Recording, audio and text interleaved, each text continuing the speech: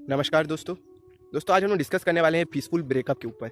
Peaceful breakup जैसे कि आप लोगों को नाम सुन के लग रहा है पीसफुल भी, और ब्रेकअप मतलब दोनों दिल टूट जाते हैं, बहुत ज़्यादा उदासी रहता है, गुस्सा रहता है एक दूसरे को लेकर। वहीं पीसफुल कह रहा हूँ मतलब शांति से ब्रेकअप। तो अगर आप लोगों को ये समझ में नहीं आ रहा तो आप लोगों को एक एग्जांपल देता हूँ। जैसे कि देखिए, एक कंट्री है, उसका पार्टीशन होने वाला है और वो टूट के दो कंट्रीज़ में बनेगा। जैसे कि इंडिया का पार्टीशन होकर पाकिस्तान बना था, तो आप सोचिए एक कंट्री का पार्टीशन हो रहा है तो वहाँ पे कभी कुछ राइट्स हो सकते हैं या नहीं?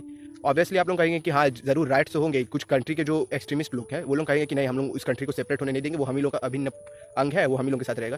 लेकिन हिस्ट्री में कुछ ऐसे सिनेरियोज हुए हैं, जैसे कि चेकोस्लोवाकिया एक तो कंट्री हुआ करता था जो बाद में बाइफरकेट होकर दो कंट्रीज में बन गए, एक चेक रिपब्लिक और एक स्लोवाकिया।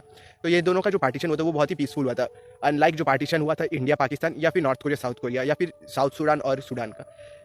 तो जो पीसफुल ब्रेकअप का मैंने बात किया उसमें देखिए, दो पर्सन एक दूसरे से अलग होते हैं इसलिए कि वो रिलेशन में वो दोनों ही अनकंफर्टेबल थे, वो दोनों ही उस रिलेशन में घुट रहे थे।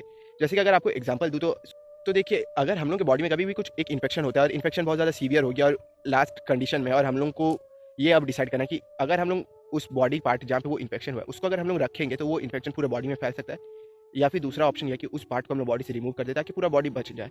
तो ऑब्वियसली हम लोग सेकंड स्टेप को ही चुनेंगे। हम लोग बहुत ही अपने माइंड को रिलैक्स करके उस बॉडी पार्ट को अपने से दूर करेंगे, मतलब उसका सर्जरी करवा देंगे। तो ये एक तरह से एग्जांपल है पीसफुल ब्रेकअप का। तो पीसफुल ब्रेकअप बेसिकली उन पर्सन्स के बीच में होता है जहाँ पे दोनों साइड को उस रिलेशनशिप से प्रॉब्लम है।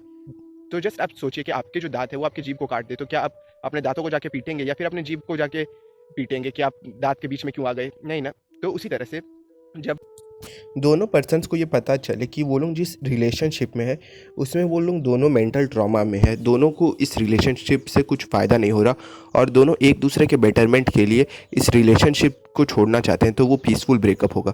वहीं अगर कोई एक पर्सन अपने किसी सेल्फिश मोटिव के लिए दूसरे को छोड़ दे और दूसरा उसके लिए उदास हो, तो वो पीसफुल ब्रेकअप नहीं होगा, वो ब्रेकअप कहा जाएगा।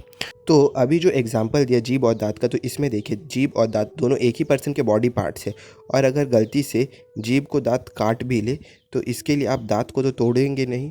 सिमिलरली रिलेशनशिप को भी आपको एक होल सिस्टम की तरह देखना होगा। इसको आप ऐसे मत देखिए कि इस रिलेशनशिप में मैं हूँ और मेरी पार्टनर है।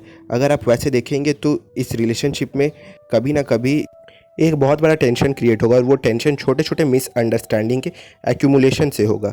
तो हमेशा आप कोई भी रिलेशनशिप में जाए तो आप इसमें ये कोशिश करिए कि इस रिलेशनशिप को सही रखने में मेरा 100% एफर्ट होगा, सामने वाले का जो भी हो लेकिन मेरा 100% रहेगा। अगर आप ये सोच के जाएंगे कि इस रिलेशनशिप को सही रखने में दोनों का 50-50% एफर्ट होगा, तो तब आप छोटे छोटे गलतियों को बढ़ा चढ़ा के देखने लगेंगे। तब आपको लगेगा कि आप तो सब सही करें लेकिन सामने वाला ही आपको समझ नहीं रहा, और इस कारण से होगा ये कि मिसअंडरस्टैंडिंग क्रिएट्स होते रहेंगे, और धीरे धीरे जो फ्रस्ट्रेशन है वो आपके अंदर एक्यूमुलेट होता जाएगा, और एक टाइम के बाद आकर आपके अंदर जो भी फ्रस्ट्रेशन था वो सब बस्ट हो जाएगा, और जो रिलेशनशिप था उसका वो सबसे लो पॉइंट होगा।